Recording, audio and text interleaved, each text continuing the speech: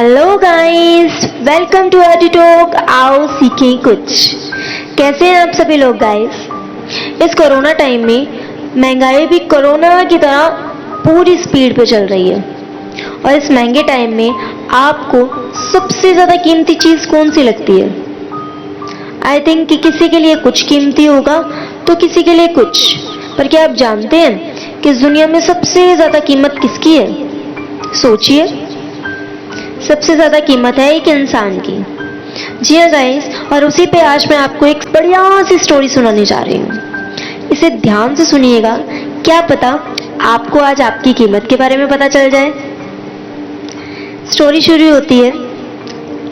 लोहे की दुकान में अपने पिता के साथ काम कर रहे एक बालक ने अचानक ही अपने पिता से पूछा, पिताजी, इस दुनिया में मनुष्य की क्या कीमत होती है? पिताजी एक छोटे से बच्चे से इतना बड़ा सवाल सुनकर हैरान हो गए। फिर बोले, बेटा, एक मनुष्य की कीमत आंकना बहुत मुश्किल है, वो तो अनमोल है। बालक जो था उसने बोला, क्या सभी की उतनी उतनी कीमत होती है? पिताजी ने बोला, हाँ, सभी अनमोल होते हैं। अब छोटा बच्चा था, समझ नहीं पाया, तो उसने बोला कि जब सभी इतने कीमती होते हैं तो फिर इस दुनिया में कोई गरीब और कोई अमीर क्यों है? किसी की रिस्पेक्ट ज्यादा है तो किसी की रिस्पेक्ट कम है। किसी को खाने को मिल रहा है और किसी को नहीं मिल रहा। अब सवाल सुनकर उसके पापा जो थे वो कुछ देर तो चुप रहे। फिर उस बच्चे से कहा कि स्टोर रूम में पड़ा हुआ एक रोड लाओ जो कि लोहे का था। तो बच्चा छोटा था, जैसे उसके पापा ने कहा उसने मान लिया। वो गया और एक छोटा सा जो था वो रोड ले आया।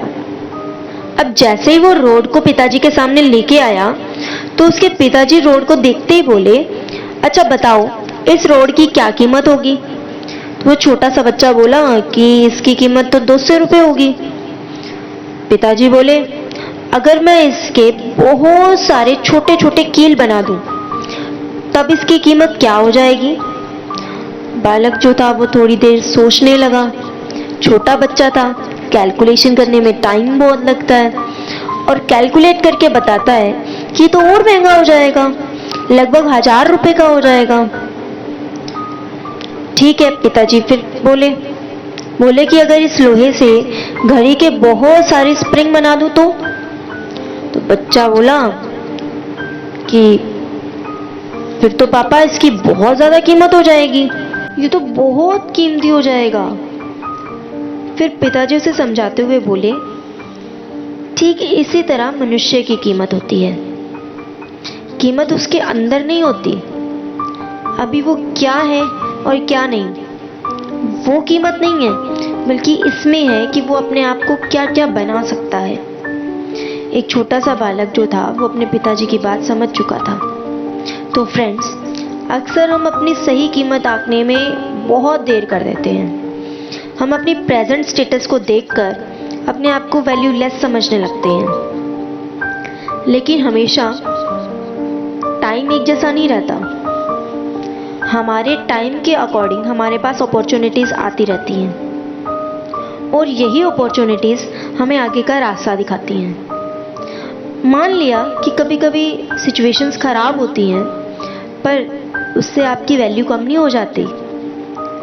एक इंसान को अपनी वैल्यू को बहुत अच्छे से समझना चाहिए।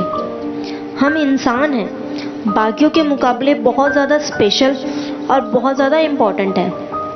हमें हमेशा अपने आप को इम्प्रूव करते रहना चाहिए ताकि हम अपनी वैल्यू को समझ सकें। तो गाइस, कैसी लगी आपको ये स्टोरी?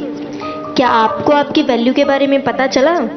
इसे कमेंट सेक्शन में लिखना मत भूलिएगा और इसी टाइप की और वीडियोस पाने के लिए मेरे चैनल को सब्सक्राइब कीजिएगा। याद रखिएगा, एडुटॉक, आओ सीखें कुछ। Thanks a lot.